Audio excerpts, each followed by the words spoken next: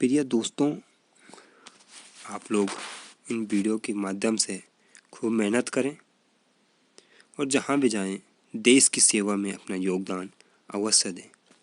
जिस दिन मेरे देश का इंजीनियर एक देशभक्त होगा, उस दिन मेरे देश की तस्वीर कुछ अलग ही होगी। इसी आशा और उम्मीद के साथ आज मैं आपके बीच में ला रहा हूँ कंक्रीट की पार्ट सेकंड। आज का जो टॉपिक अभी होगा वो होगा वाटर सीमेंट रेशियो, यानी कि जल सीमेंट अनुपात। कि क्या है जल सीमेंट अनुपात, इसके बारे में ज़्यादा जानकारी सीधे डायरेक्ट ले चलता हूँ आपको वाटर सीमेंट रेशियो में। यहाँ पर देखिए कि क्या है वाटर सीमेंट रेशियो। कि एक इंजीनियर आब्रम के अनुसार कंक्रीट में जल व सीमेंट का भार के अनुसार अनुपात। कि ध्यान रख लेना, कंक्रीट यानी जल और सीमेंट का भार के अनुसार अनुपात जल सीमेंट अनुपात कहलाता है। कि जल सीमेंट अनुपात बराबर कंक्रीट में प्रयुक्त जल का भार बटे सीमेंट का भार।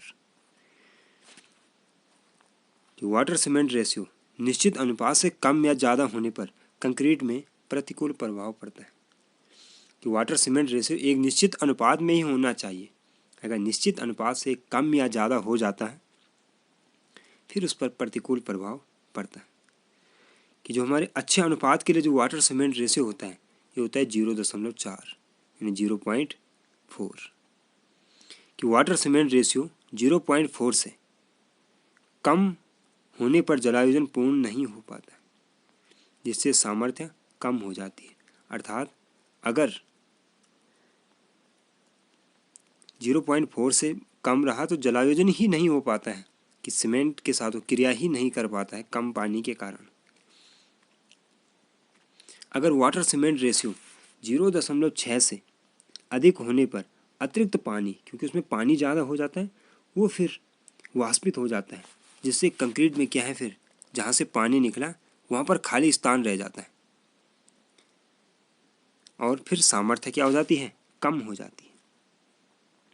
0.3 वाटर सीमेंट रेशियो रासायनिक क्रिया के लिए तथा जो 0.1 है एग्रीगेट के स्नेहन यानी उसको एक प्रकार से नहलाने के लिए वाटर सीमेंट रेशियो आवश्यक होता है।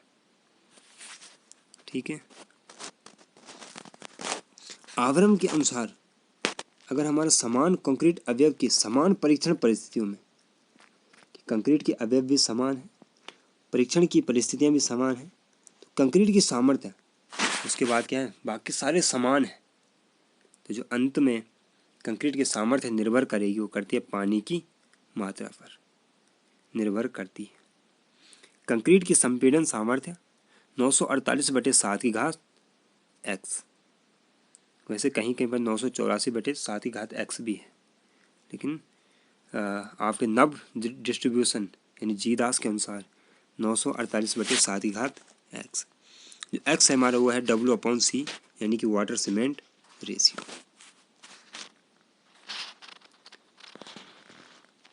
इसके बाद अगला आता है हमारा कि वाटर सीमेंट रेशियो की सीमाएं, कि किस सीमा तक हमारा वाटर सीमेंट रेशियो होना चाहिए, कि उसकी सीमाएं क्या होनी चाहिए।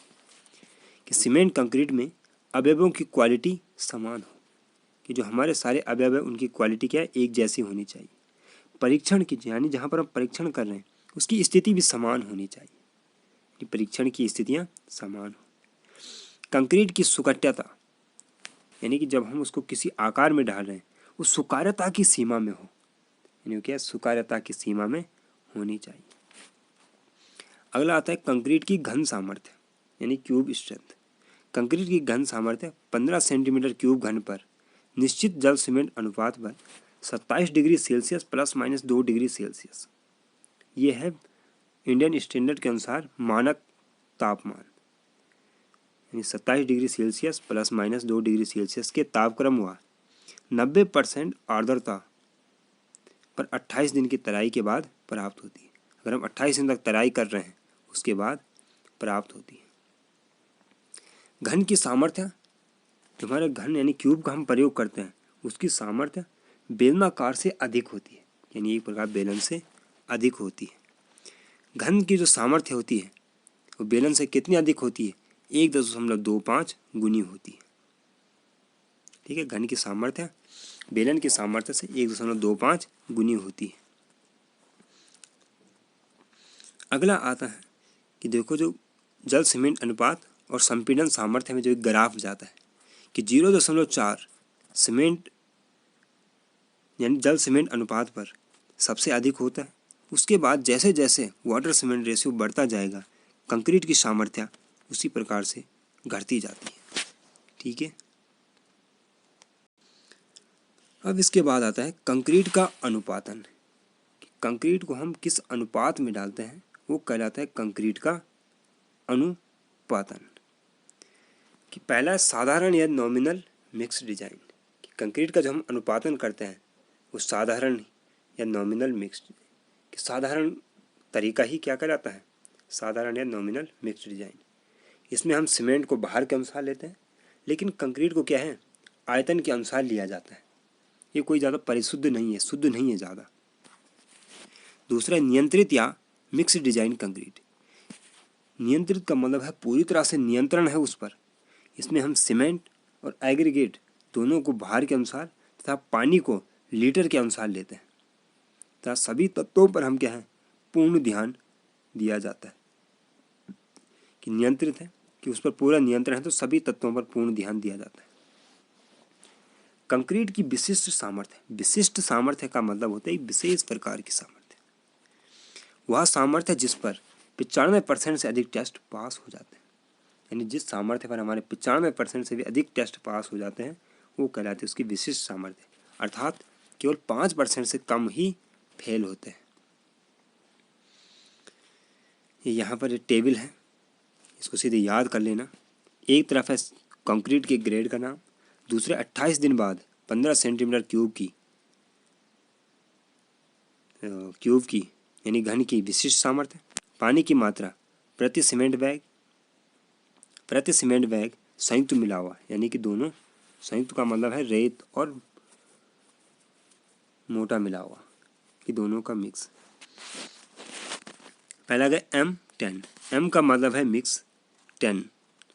10 क्या है वो है उसके क्या है विशिष्ट सामर्थ्य। उसका जो अनुपात होता है वो तो 1:3:6। M10 की जो विशिष्ट सामर्थ्य होता है 28 दिन के बाद 10 न्यूटन पर mm² होती है। पानी की मात्रा प्रति सीमेंट बैग, एक सीमेंट में पानी की मात्रा होती है 34 लीटर और जो संयुक्त मिला हुआ वो होता है 300 लीटर। M15 को होता है 1, 2, 4। इसकी जो विशिष्ट सामर्थ्य होती है 15 न्यूटन पर mm²। जो पानी की मात्रा होती है 32 लीटर और जो संयुक्त मिला हुआ 220 लीटर। M20 1, 1.5, 3 और ये क्या है 20 न्यूटन पर mm² होती है। इसकी विशिष्ट सामर्थ्य 30 लीटर पानी की आवश्यकता होती है और 160 लीटर संयुक्त मिला हुआ होता है। M25 1, 1, 2। इसकी जो विशिष्ट सामर्थ्य होती है 25 न्यूटन पर mm²। सीमेंट का जो बैग होता है जो पानी की मात्रा होती है वो होती है 27 लीटर, संयुक्त मिला हुआ 100 लीटर। जो हमारा मोटा मिलाव होता है यानी कि रोड़ी, उसमें जो रंध्र स्थान यानी जो खाली स्थान होता है लगभग 40 से 50% होता है। जब उसमें खाली स्थान 40 से 50% होता है तो इसलिए हम जो क्या हैं महीन और मोटे मिलाव का अनुपात 1:1.5 से 1:2.5 अर्थात 1:2 के बराबर रखते हैं। यानी सामान्यतः 1:2 ही लिया जाता है।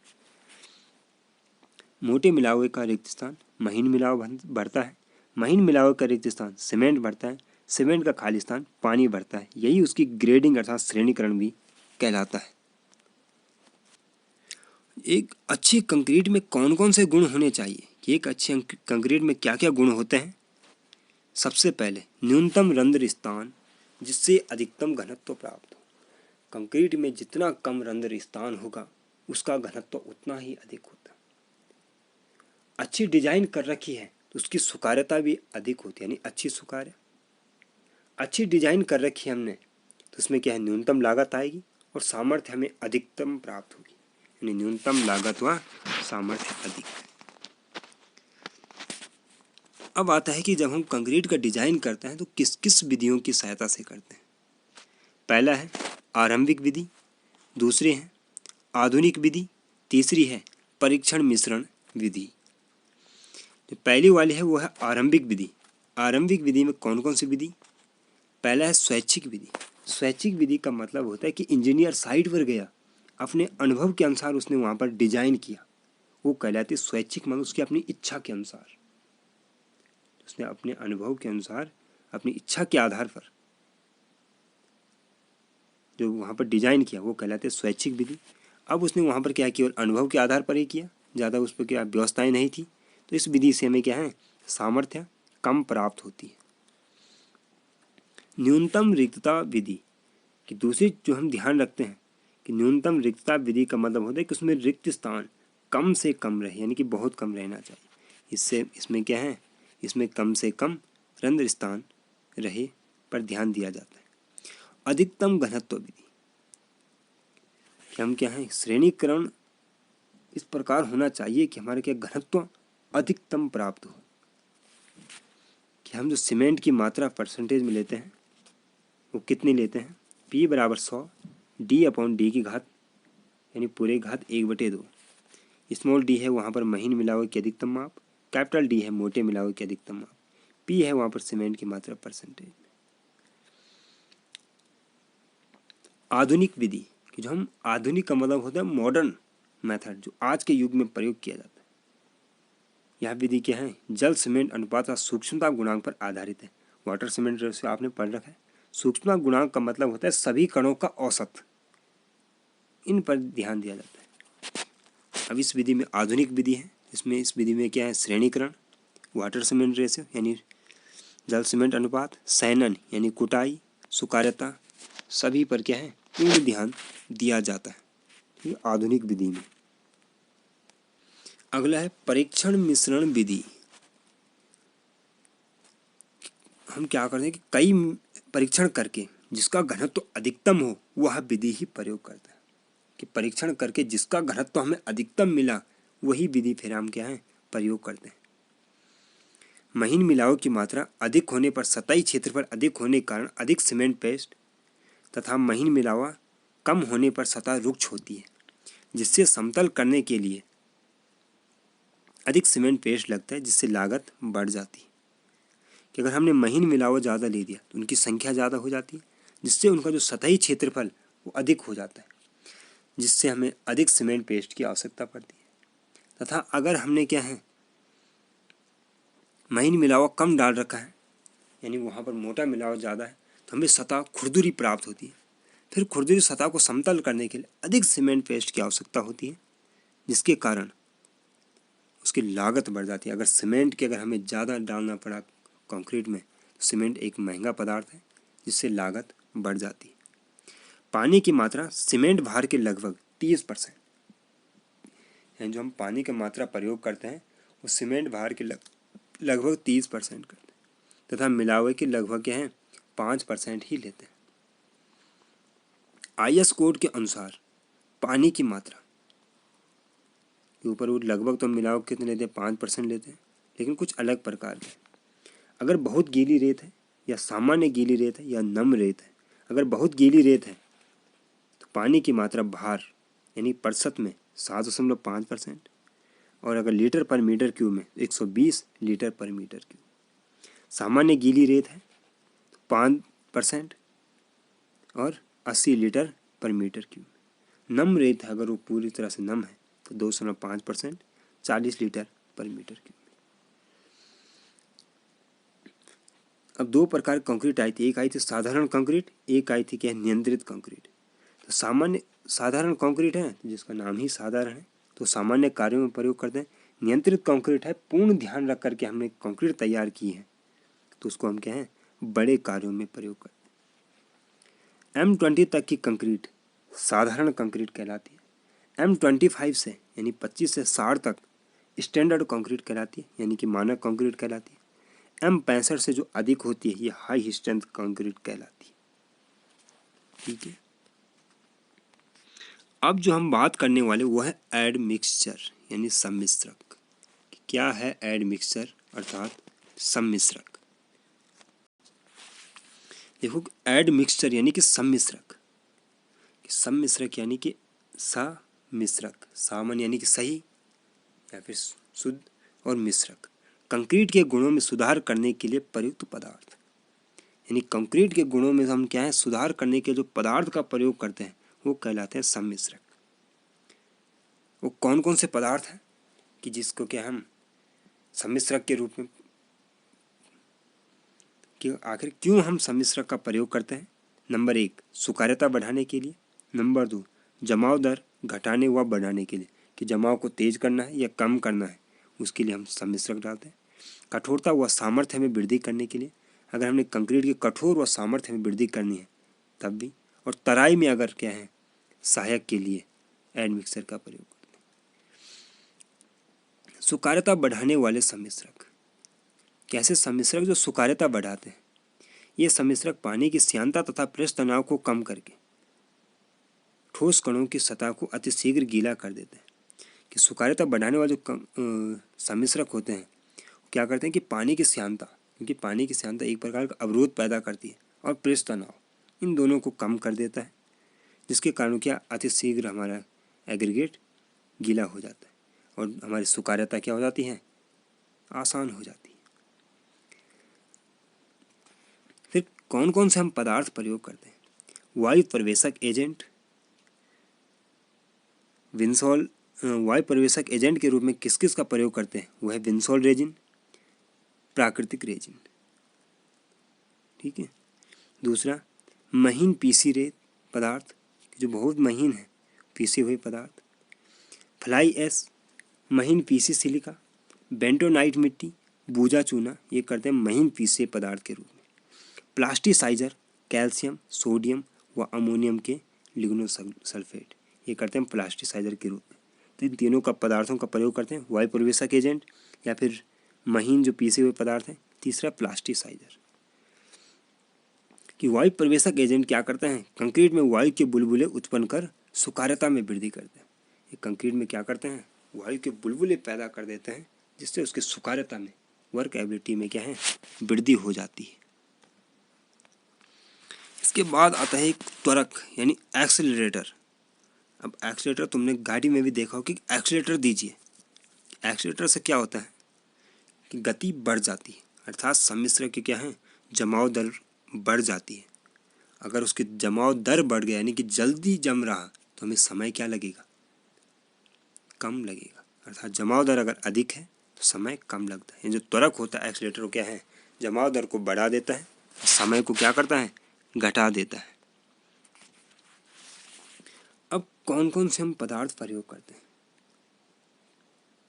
किसमें, सम्मिश्रक के रूप में यानी एडमिक्सर के रूप में कौन कौन से पदार्थ प्रयोग? पहला है कैल्शियम क्लोराइड, दूसरा है घुलनशील कार्बोनेट, सिलिकेट एवं फ्लोरोसिलिकेट, तीसरा है कार्बनिक यौगिक, ठीक है। सबसे प्रचलित जो पदार्थ है वो है कैल्शियम क्लोराइड, कि जो सबसे ज़्यादा प्रयोग भी किया जाता है, सबसे प्रचलित है वो है कैल्शियम क्लोराइड। IS कोड के अनुसार जो कैल्शियम क्लोराइड की मात्रा 1.5% से अधिक नहीं होनी चाहिए, अर्थात 1.5% से अधिक नहीं होनी चाहिए। तो ये था हमारा क्या है, त्वरक यानी एक्सेलरेटर। अब बात आती है कि मंदक यानी कि रिटार्डर। मंदक का मतलब नाम से ही आ रहा है कि मंदन करेगा, यानी इसको मंद करेगा। वह सम्मिश्रक जो कंक्रीट की जमाव दर को कम तथा समय को क्या है, बढ़ा देता है। कि अगर कंक्रीट की जमाव दर कम हो गई यानी धीरे जम रहा, तो समय क्या लगेगा, अधिक लगेगा। अब इसमें क्या है, प्रयोग पदार्थ, कि कौन कौन से पदार्थ प्रयोग किए जाते हैं।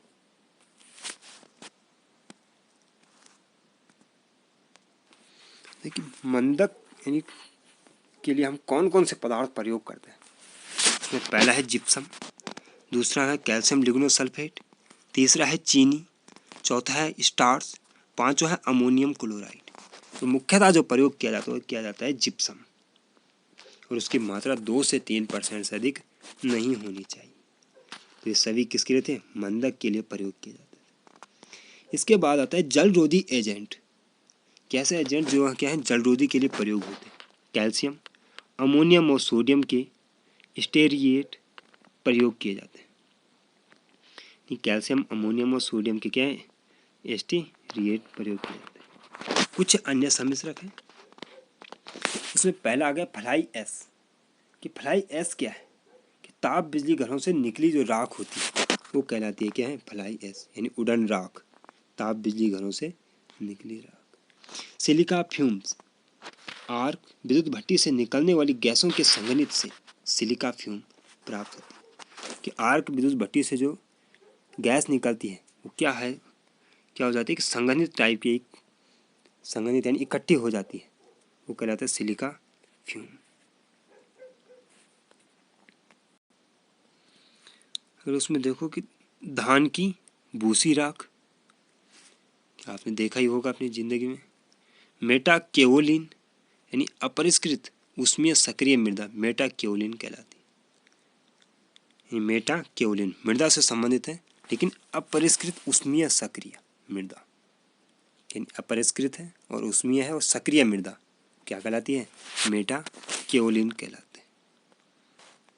इसके बाद आता है कंक्रीट की विशेष किस्में, कि कौन कौन सी कंक्रीट की विशेष किस्म है, कि हम किस मौसम में उसका प्रयोग कर रहे हैं, उसके लिए हमें किस प्रकार कंक्रीट चाहिए, वो आती है विशेष किस्मों में। अब देखो कंक्रीट की विशेष किस्मों में कि पहले जो कंक्रीट के लिए उपयुक्त जो तापक्रम होता है ये होता है 10 से और 27 डिग्री सेल्सियस तक, यानी उसके मानक तापक्रम तक। अब विशेष किस्मों में पहला आता है ठंडे मौसम में कंक्रीटिंग, कि हम ठंडे मौसम में अगर कंक्रीटिंग करते हैं तो उसके लिए विशेष किस्में क्या है। ठंडे मौसम में कंक्रीटिंग यानी जब वातावरण का तापक्रम 4.8 डिग्री सेल्सियस से कम हो जाता है। अगर वातावरण का तापक्रम क्या है 4.5 डिग्री सेल्सियस से भी कम हो जाए तो वो कहलाता है ठंडे मौसम में कंक्रीटिंग। अब ठंडे मौसम में कंक्रीटिंग के लिए किन किन बातों का ध्यान रखना पड़ता है, ध्यान रखनी योग्य बातें। पदार्थों का भंडारण, पदार्थों को हमें हमेशा क्या है ढककर रखना चाहिए। अवयवों को गर्म कर प्रयोग करना चाहिए, अवयव को हमें क्या है गर्म करके ही प्रयोग करना चाहिए। पानी तथा एग्रीगेट को गर्म कर प्रयोग करना, पानी को 60 डिग्री सेल्सियस तक गर्म करना पर्याप्त रहता है, कि पानी को हम क्या है 60 डिग्री सेल्सियस तक गर्म कर सकते हैं। लेकिन ध्यान रखना कि किसी भी दशा में सीमेंट व सम्मिश्रक को गर्म नहीं करना चाहिए, केवल जो हम गर्म कर सकते हैं वो पानी और एग्रीगेट को ही गर्म कर सकते हैं।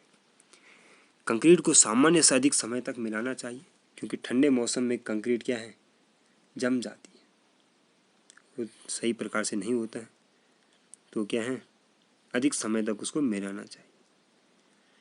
ठंडे मौसम में तराई अधिक दिन तक करनी चाहिए, क्योंकि इसमें जो सामर्थ्य कंक्रीट पकड़ते हैं धीरे धीरे पकड़ते हैं लंबे समय तक, तो हमें 15 दिन तक कम से कम तराई करनी चाहिए। और इसके बाद क्या है कि अब अगर हम ठंडे मौसम में कंक्रीट डाल रहे हैं तो वहाँ पर कंक्रीट के जमने की दर धीमी होगी। इसको बढ़ाने के लिए त्वरक यानी एक्सीलरेटरों का प्रयोग कर सकते हैं। इसके बाद आया हमारा गर्म मौसम में कंक्रीटिंग। आखिरकार गर्म मौसम में कंक्रीटिंग क्या है, अगर वातावरण का तापक्रम 40 डिग्री सेल्सियस से अधिक हो जाए, हमारा यानी वातावरण का तापक्रम क्या है 40 डिग्री सेल्सियस से अधिक हो जाए तो गर्म मौसम में कंक्रीटिंग कहलाता है। इस कंक्रीटिंग का क्या क्या प्रभाव पड़ेगा, पहला है यानी गर्म मौसम में त्वरित जमाव, कि अगर गर्मी ज़्यादा है तो जल्दी जम जाता है, तापक्रम अधिक तो जमाव क्या होगा जल्दी होगा, अर्थात हमें समय कम लगेगा, यानी जमाव समय कम। सामर्थ्य में कमी आ जाती है कि हम अगर गर्म मौसम में प्रयोग कर रहे हैं तो हम अधिक पानी डालना पड़ेगा, और अधिक अगर हमने पानी डाला तो फिर जैसे मैंने पहले बताया कि कंक्रीट से वाष्पीकरण शुरू हो जाता है, जिससे फिर उसकी सामर्थ्य क्या हो जाती है कम हो जाती है। दरार में वृद्धि, कि जो कंक्रीट की बाह्य सतह होती है वो गर्म रहती है, लेकिन आंतरिक सतह क्या है वो ठंडी हो जाती है, जिसके कारण उस पर क्या पड़ जाती है फिर दरारें पड़ जाती है। तराई में पानी की अधिक आवश्यकता, फिर तराई के लिए भी हमें क्या है अधिक पानी की आवश्यकता पड़ती है। अब आता है गर्म मौसम में कंक्रीटिंग के प्रभाव, कि गर्म मौसम में कंक्रीट पर क्या क्या प्रभाव पड़ते हैं। संपीड़न सामर्थ्य, उच्च तापक्रम और निम्न आर्द्रता के कारण आरंभिक सामर्थ्य अधिक जबकि अंतिम सामर्थ्य कम होती है। कि जो संपीड़न सामर्थ्य होती है इसकी कि जमाव दर काफ़ी अधिक होती है, जिससे शुरुआती तो हमें अच्छी सामर्थ्य मिल जाती है लेकिन अंतिम सामर्थ्य बहुत कम मिलती है। सुकार्यता एवं जल की मांग कि अगर हमारा क्या तापक्रम अधिक है तो कंक्रीट क्या हो जाएगा, शीघ्र जम जाएगी, जिससे उसकी सुकार्यता क्या होगी, फिर कम आएगी। और पानी की मांग यानी कि पानी की आवश्यकता अधिक हो जाएगी। संकुचन कि पानी क्या होगा, अधिक पानी डालने पर हमारा क्या वाष्पीकरण हो जाएगा, जिसके कारण क्या है संकुचन, उसमें अधिक पहले संकुचन होगा, फिर तापक्रम बढ़ेगा, फिर फैलाव होगा और उसमें क्या पड़ जाएगी, दरारें पड़ जाएगी। ठीक है। अब इसके बाद आता है हमारा जल के अंदर कंक्रीटिंग कि जल के अंदर कंक्रीटिंग कैसे होती है। तो पहला जो जल के अंदर हम कंक्रीटिंग करते हैं उसके लिए जो तापक्रम 16 से 38 डिग्री सेल्सियस होता है। सीमेंट में जो सीमेंट की जो मात्रा इसमें होती है वो अधिक डाली जाती है, क्योंकि पानी में जब हम कंक्रीटिंग करेंगे तो कुछ सीमेंट बह भी सकता है, इसलिए वो क्या है 10% अधिक सीमेंट डाला जाता है। वाटर सीमेंट रेशियो अधिक नहीं होना चाहिए, कितने से 0.6 से अधिक नहीं होना चाहिए। स्लंप का मान 100 से 180 mm तक ही होना चाहिए। जो स्लंप वैल्यू कितनी 100 से 180 mm तक होनी चाहिए। जब हम अगर कंक्रीटिंग करेंगे तो कंक्रीटिंग एक बार में ही पूरा कर देना चाहिए, ध्यान रखना, क्योंकि अगर कंक्रीटिंग की उसके बाद फिर हटाए तो वो पानी से बह सकता है, लेकिन इसलिए क्या है एक ही बार में पूरा करना चाहिए। अब पानी के अंदर जब हम कंक्रीटिंग करते हैं उसके लिए किस किस विधि का प्रयोग करते हैं वो आपके सामने। नंबर 1 ट्रेमी या कीप विधि। कीप आप लोगों ने देखा होगा, कहीं पर आपने डीजल पेट्रोल भरते हुए तो कीप का प्रयोग किया जाता है, उसी प्रकार की विधि है। नीचे एक पाइप लगा हुआ है, दो पाइपों को जोड़ने के लिए हमने क्या है फ्लैंज जॉइंट प्रयोग किया है। ऊपर हमने क्या है हॉपर यानी कि कीप लगा दी है, जिसमें हम कंक्रीटिंग डालेंगे तो कंक्रीटिंग आप देख रहे हैं कि नीचे इस प्रकार से बिछाई जाती है। तो पहली थी हमें ट्रेमी या कीप विधि। दूसरी है तली में कपाट लगी बाल्टी विधि। अगर ये देखिए दूसरी वाली कि बाकेट यानी बाल्टी को उठाने वाला हुक है, नीचे क्या एक स्वचालित द्वार होता है कि जो ऐसे कंक्रीट डालेंगे वो खुल जाएगा, फिर वो बंद हो जाएगा। दूसरी तरफ दृढ़ फ्रेम है। जो तली में कपाट लगी बाल्टी विधि है, यह विधि अधिक गहराई व कम मात्रा के लिए उपयुक्त विधि है। कि बाल्टी है, कम कंक्रीटिंग डाली जाएगी उससे, लेकिन अगर हमें अधिक गहराई पर डालनी है तो ये विधि बहुत उपयुक्त है।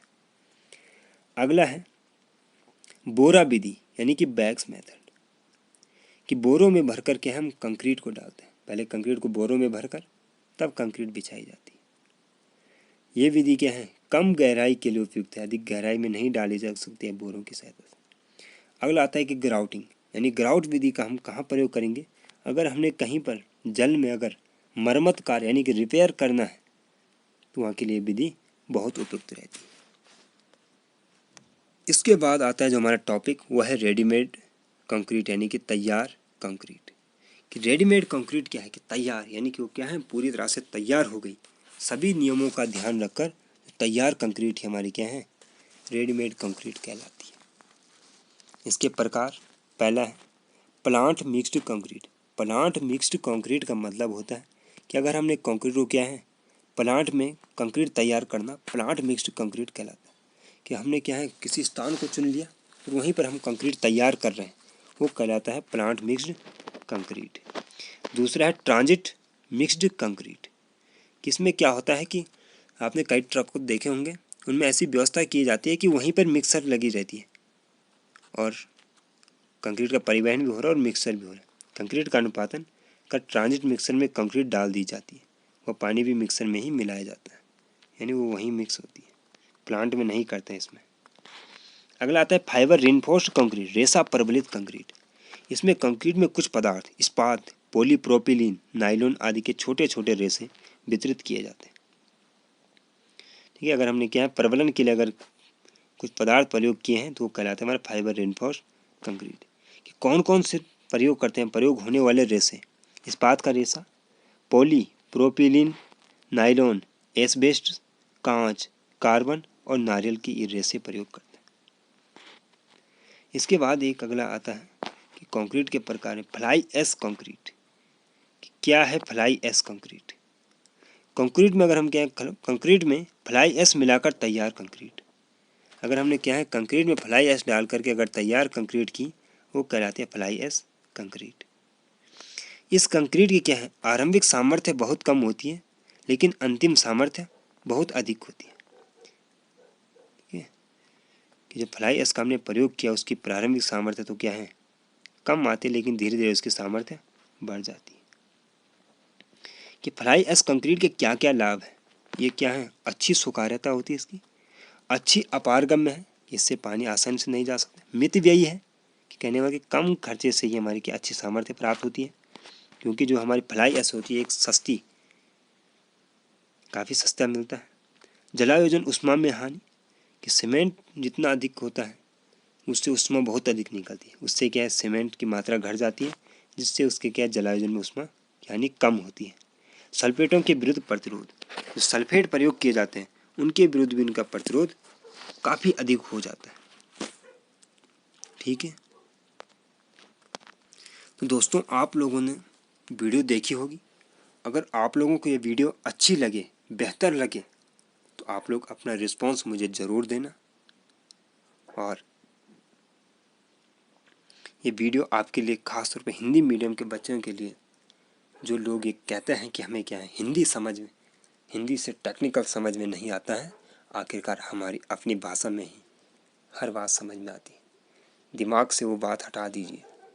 आखिरकार हम देश के नौजवान बदल करके रहेंगे, अपनी हिंदी को उस स्थान तक पहुंचाएंगे कि जहां तक किसी ने सोचा भी नहीं होगा। इसी आशा और उम्मीद के साथ आपको वीडियो अच्छी लगे तो आप अपना रिस्पॉन्स मुझे ज़रूर दीजिए। जो कुछ आपको कमियां दिखे उसके बारे में मुझे ज़रूर बताइए। धन्यवाद दोस्तों।